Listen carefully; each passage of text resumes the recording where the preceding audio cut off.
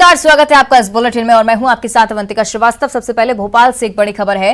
संविदा स्वास्थ्य कर्मचारियों की हड़ताल खत्म हो चुकी है। देर रात हड़ताल खत्म करने का ये बड़ा फैसला लिया है। आज से काम पर वापस लौट रहे हैं संविदा स्वास्थ्य कर्मचारी। पिछले 20 दिनों से हड़ताल पर बैठे थे। 32,000 संविदा स्वास्थ्य कर्मचारी अब काम पर वापस लौटने वाले हैं। आश्वासन के बाद अब हड़ताल को खत्म करने का फैसला किया गया है। नियमितीकरण और बाहर किए गए कर्मचारियों की बहाली की मांग थी। 20 दिन बाद मध्य प्रदेश में संविदा स्वास्थ्य कर्मियों की हड़ताल खत्म हो रही है। 1 महीने के लिए स्थगित इससे किया जा रहा है। ये बड़ी बात भी उनकी तरफ से कही गई है। अगर स्वास्थ्य विभाग की तरफ से मांगे नहीं मानी जाती हैं तो 1 महीने बाद फिर से इसी तरह की हड़ताल की चेतावनी उनकी तरफ से दी गई।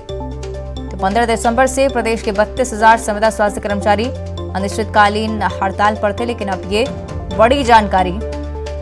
बीच का रास्ता ढूंढने में स्वास्थ्य विभाग भी सफल रहा। बातचीत काम आई और स्वास्थ्य कर्मचारियों की हड़ताल खत्म हो गई है। तो अपनी नियमितीकरण की मांग को लेकर हड़ताल पर कर्मचारी थे और इस बीच स्वास्थ्य विभाग की तरफ से आश्वासन दिया गया है कि जल्द से जल्द उनकी मांगे पूरी की जाएंगी। अगर 1 महीने में मांगे पूरी नहीं की जाती हैं तो फिर से हड़ताल करेंगे संविदा स्वास्थ्य कर्मचारी। ये बड़ी चेतावनी उनकी तरफ से भी। हालांकि कल स्वास्थ्य मंत्री प्रभुराम चौधरी और एसीएस स्वास्थ्य से मुलाकात हुई और उसके बाद इस हड़ताल को स्थगित करने का फैसला किया गया। तो 2 प्रमुख मांगे थी, नियमितीकरण और बाहर किए गए कर्मचारियों की बहाली। इन दोनों ही मांग पर स्वीकृति देने का आश्वासन स्वास्थ्य विभाग की तरफ से दिया गया है। आपको बता दें कि उन्होंने साफ तौर पर कहा है कि जल्द से जल्द मांगे पूरी होनी चाहिए। अगर नहीं होती हैं तो 1 महीने बाद फिर से हड़ताल शुरू करेंगे।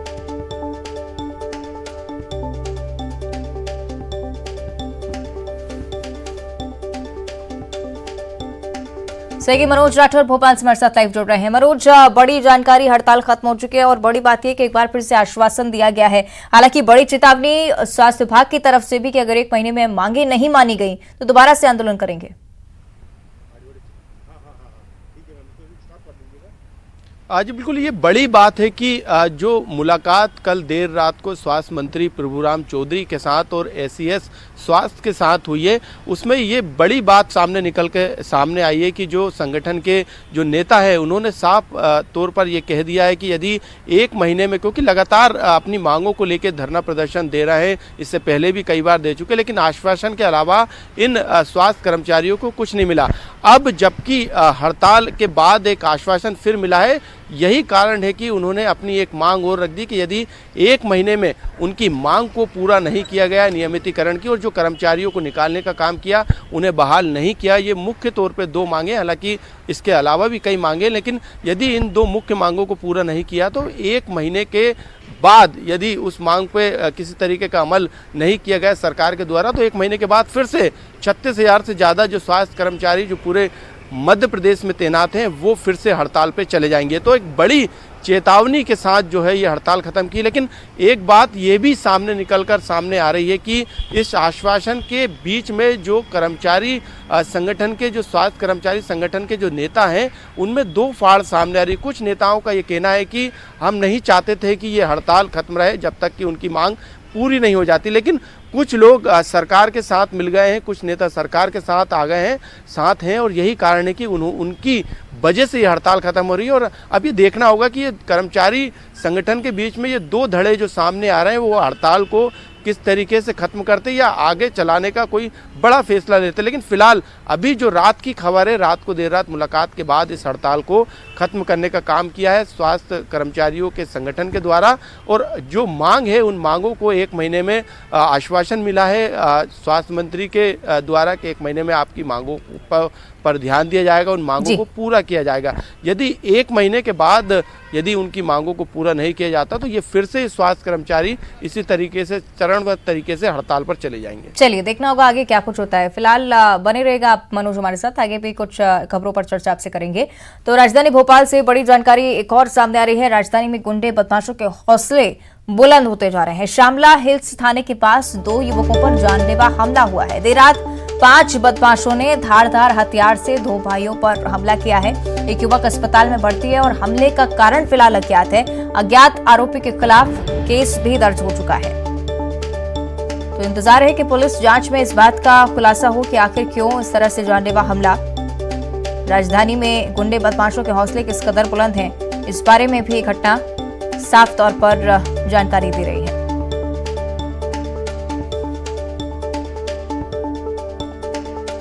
सेगी मनोज हमारे साथ लगातार जुड़े हुए हैं। मनोज, बड़ी बात ये नहीं है कि क्या रंजिश रही या क्या मामला था, बड़ी बात यह है कि जहां पर हमला हुआ वहां थाना भी बहुत ज्यादा करीब था। इस तरह की घटनाएं क्यों बार बार राजधानी से सामने आ रही है, ये एक बड़ा सवाल खड़ा होता है। जी बिल्कुल, ये साफ तौर से कहा जा सकता है कि राजधानी भोपाल में गुंडे बदमाशों के हौसले इस कदर बुलंद है कि थाने के आसपास ही वो वारदात को अंजाम दे रहे हैं, खुलेआम जो मारपीट कर रहे हैं, धारदार हथियारों से हमला कर रहे हैं। और जो 2 भाई हैं जिसमें से एक युवक जो है इस समय अस्पताल में भर्ती है।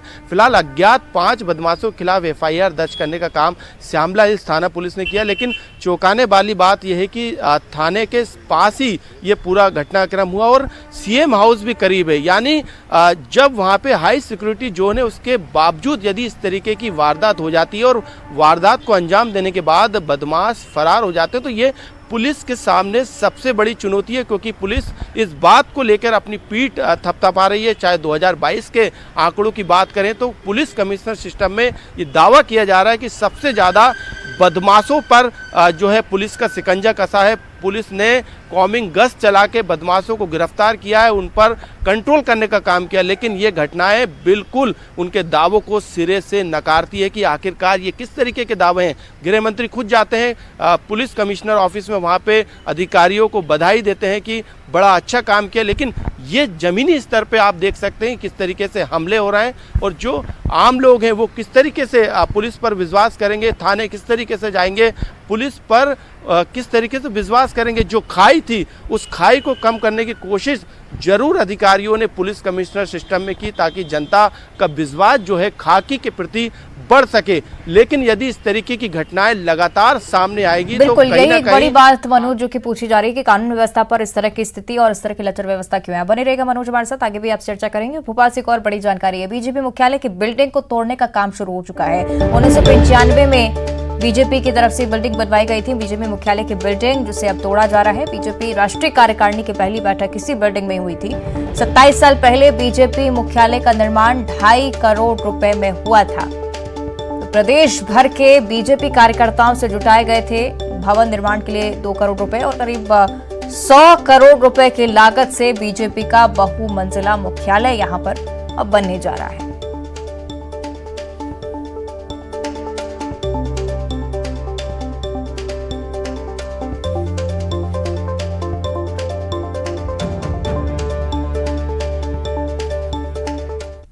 बीजेपी कार्यालय को तोड़ने का काम आप देख सकते हैं यहाँ पे शुरू हो गया है। यहाँ पे जो कार्यालय उसे तोड़कर नया कार्यालय बीजेपी यहाँ पर बनाएगी। तो फिलहाल जो बीजेपी का जो कार्यालय का मुख्य गेट है उसको तोड़ने का काम शुरू हो गया है। ये कार्यालय जो है करीब 2 महीने पहले से तोड़ने को लेके और नई बिल्डिंग को लेके जो प्लान बना था उसको अब जमीनी तौर पर उस पर काम शुरू हो गया। आप देख सकते हैं कि यहाँ पे जो मशीनें हैं उसके जरिए जो आगे का हिस्सा है उसे ढहा दिया गया। इसके अलावा आप इस दूसरी तरफ देखेंगे तो काफ़ी बड़े एरिए में बीजेपी का कार्यालय जो है वो बना हुआ है। इसी कार्यालय को बारी बारी से, यानी जो पहली बिल्डिंग है उसको गिराने का काम किया जा रहा है, उसके बाद दूसरी बिल्डिंग को गिराने का काम किया जा रहा है। ये बात सामने आई थी कि 2023 का चुनाव नई बिल्डिंग से, यानी कि बीजेपी की नए मुख्यालय से लड़ा जाएगा। तो उसको लेके ये तैयारी तेज है। बहुमंजिला इमारत यहाँ पे हाईटेक टेक्नोलॉजी के साथ बनाई जाएगी, जिसको लेके जो प्लान था वो बीजेपी की तरफ से फाइनल किया जा रहा है। कैमरामैन मनीष सेंगर के साथ मनोज राठौर, न्यूज़ 18 भोपाल। सहयोगी मनोज हमारे साथ लाइव जुड़े हुए हैं, उनका हम रुख कर लेते हैं। मनोज, बड़ी बात है कि इस बीजेपी कार्यालय को 27 साल बाद दोबारा बनवाया जा रहा है और बड़ी बात यह भी कि 100 करोड़ की लागत इसमें आएगी।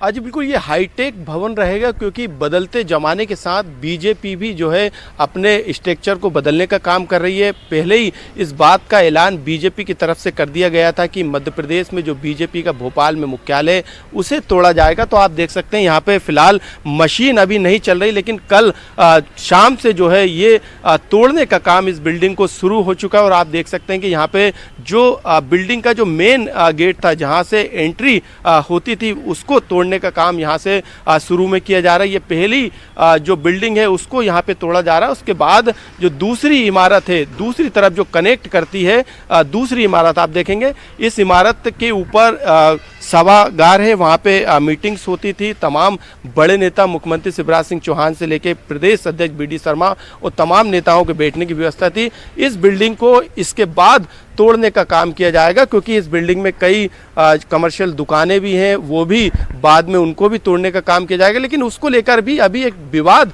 खड़ा हो रहा है, क्योंकि बताया जा रहा है कि बीजेपी के कई नेताओं की वो दुकानें हैं और उस दुकानों को तोड़ने को लेकर जरूर थोड़ा सा विवाद है। लेकिन बीजेपी ने क्योंकि फाइनल जो प्लान था वो तैयार कर लिया, ऐसे में ये विवाद भी मुझे लग रहा है कि बोना साबित होगा। फिलहाल बिल्डिंग को तोड़ने का काम शुरू होगा। ये इस बिल्डिंग से कई यादें जो है बीजेपी की जुड़ी हुई है, क्योंकि बीजेपी की जो राष्ट्रीय कार्यकारिणी, जिसमें आडवाणी से लेके अटल बिहारी जैसे नेता शामिल हुए थे, वो इसी बिल्डिंग में यानी बीजेपी के इसी मुख्यालय में हुई थी। तो 27 साल बाद अब इसे तोड़ा जा रहा है। लेकिन बताया जा रहा है कि जो बहुमंजिला इमारत है, करीब 10 फ्लोर का बनेगा, यानी 10 मंजिला इमारत हाईटेक टेक्नोलॉजी के द्वारा यहाँ पे तैयार किया जाएगा। बीजेपी का पूरा कंट्रोल रूम जिस तरीके से पहले रहता था उसी तरीके से रहेगा। बीजेपी में की रणनीति और प्लानिंग 2023 को लेके किस तरीके की रहेगी, उसको लेके जरूर इसी कार्यालय के ठीक दूसरी तरफ आप देखेंगे तो जो नया कार्यालय अस्थायी तौर पर पुराने आरटीओ में बनाया गया है, वहाँ पे संचालित किया जा रहा है। संभवतः ये कहा जा रहा था कि जो ये नई बिल्डिंग है, इससे 2023 का चुनाव लड़ा जाएगा मध्य प्रदेश में, लेकिन ये संभव शायद नहीं हो पाएगा, क्योंकि काफ़ी समय लगेगा। अभी बिल्डिंग को तोड़ने का काम शुरू होगा, उसके बाद स्ट्रक्चर का काम शुरू होगा, क्योंकि कई बदलाव भी जो है इस बिल्डिंग में करने की प्लानिंग फिलहाल बीजेपी हाईकमान की और लगातार पल पल की जानकारी दिल्ली हेडक्वार्टर को भी दी जा रही है। ठीक है, शुक्रिया आपका मनोज इस पूरी चर्चा के लिए, इस पूरी जानकारी के लिए। तो आप तस्वीरें देख रहे थे जिस तरह से सहयोगी दिखा रहे थे हमें। बीजेपी की नई बिल्डिंग का निर्माण कार्य भी अब जल्द ही शुरू होने वाला है। आगे बढ़ते हैं, बात करेंगे सर्दी की। ग्वालियर चंबल अंचल इस वक्त कड़ाके की सर्दी से जूझ रहा है। उत्तर भारत से आ रही सर्द हवाओं के चलते ग्वालियर में ठिठुरन बढ़ गई है। दिन का अधिकतम तापमान सामान्य से 16 डिग्री दर्ज किया गया है, तो जबकि रात का तापमान भी 5 डिग्री के आसपास चल रहा है। ऐसे में सर्दी लोगों के लिए भारी परेशानी बनी हुई है। कलेक्टर ने जिले में प्राइमरी तक के स्कूलों में बच्चों की छुट्टी 7 जनवरी तक की कर दी है, जबकि रात 11:30 बजे न्यूज 18 की टीम ने रेलवे स्टेशन चौराहे का भी जायजा लिया, लोगों से भी बातचीत की।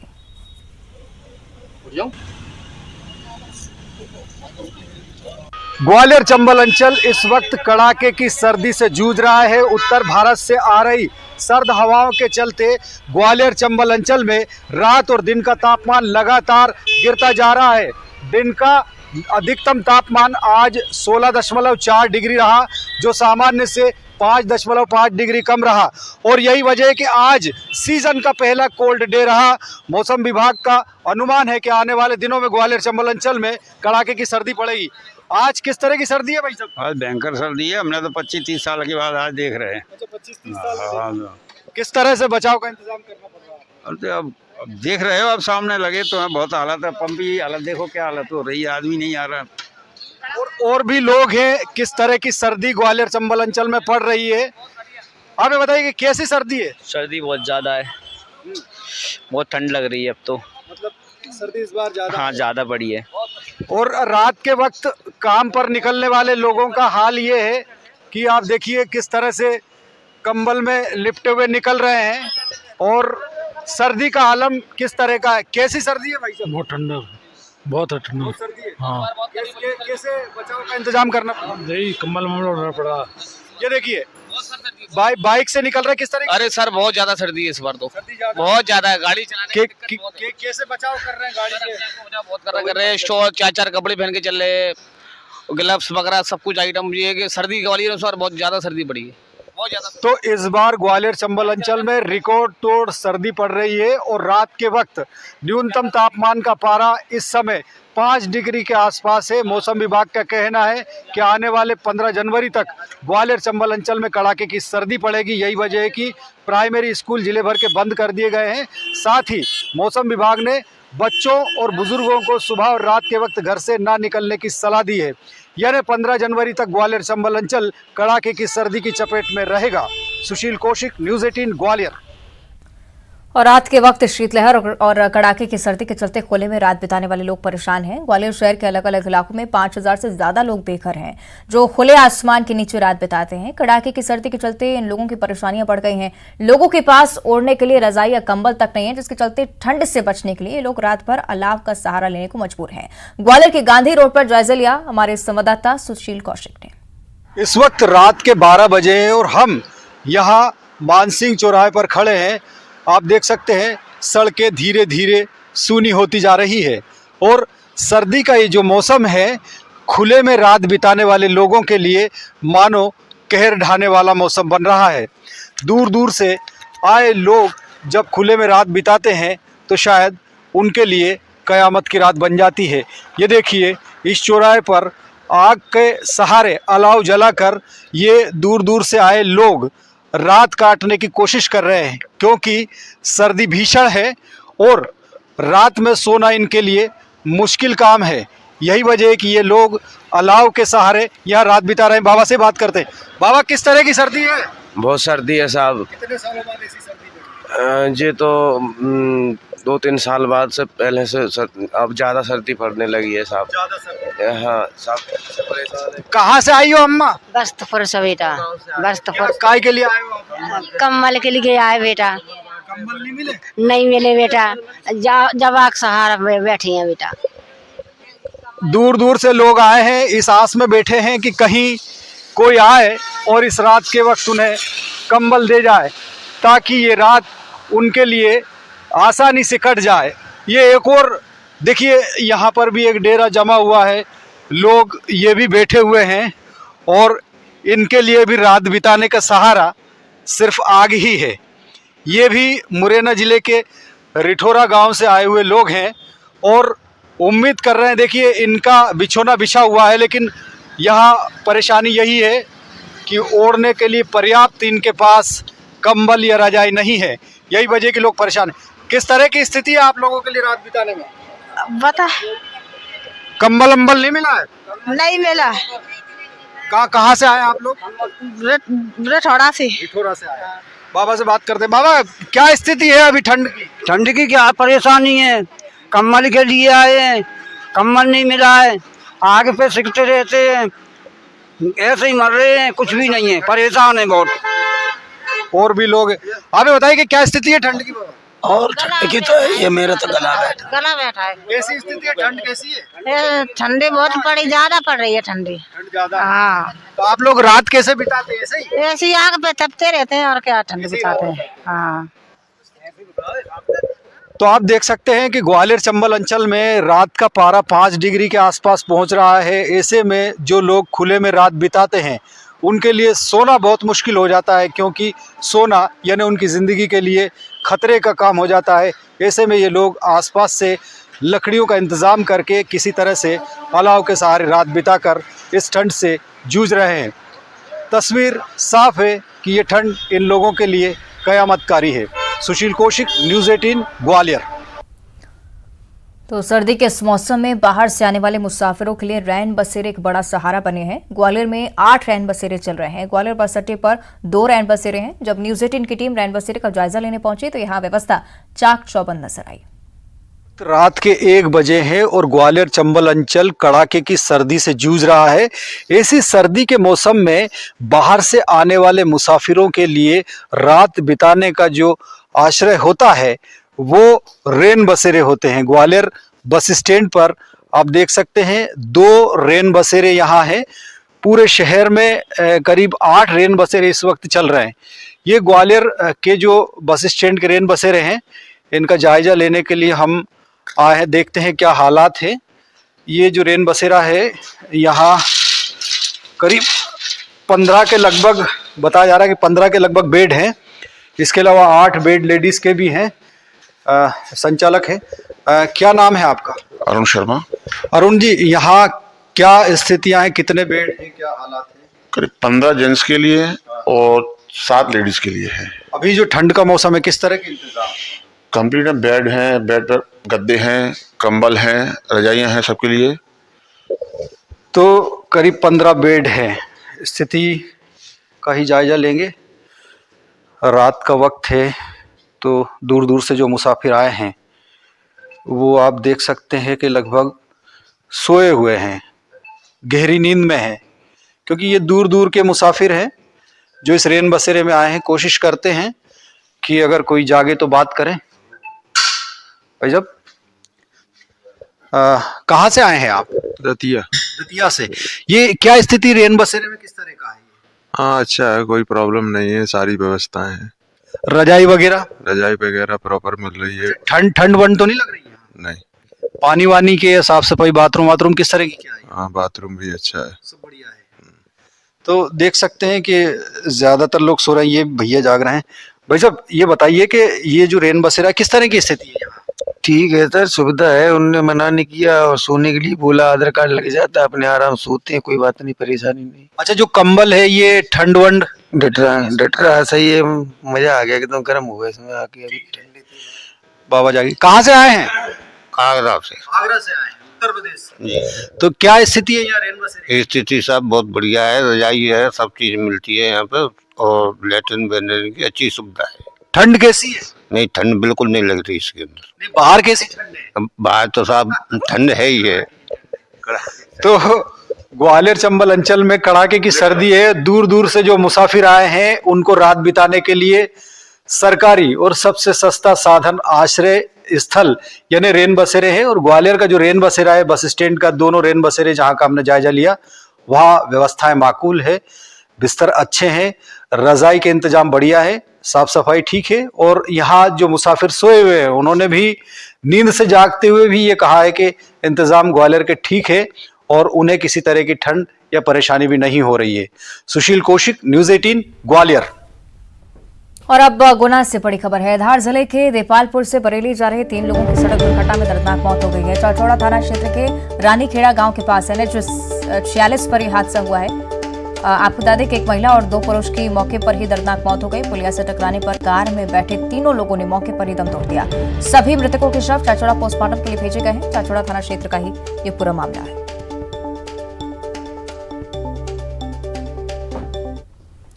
और अब भिंड से बड़ी खबर है। टॉयलेट करने से रोकने पर अंधाधुंध फायरिंग की गई है। शराब के नशे में धुत होकर फायरिंग की इस वारदात को अंजाम दिया गया। गोली लगने से एक व्यक्ति की मौत हो गई है, जबकि 2 लोग घायल हुए हैं। हालत गंभीर होने से घायलों को ग्वालियर रेफर किया गया है। शराब के नशे में धुत आरोपी मृतक के दरवाजे पर टॉयलेट कर रहे थे और उसी बात से नाराज होकर फायरिंग की गई है। 2 आरोपियों को पुलिस ने गिरफ्तार भी किया है। और बुलेटिन में इतना ही। देखते रहिए न्यूज़ 18।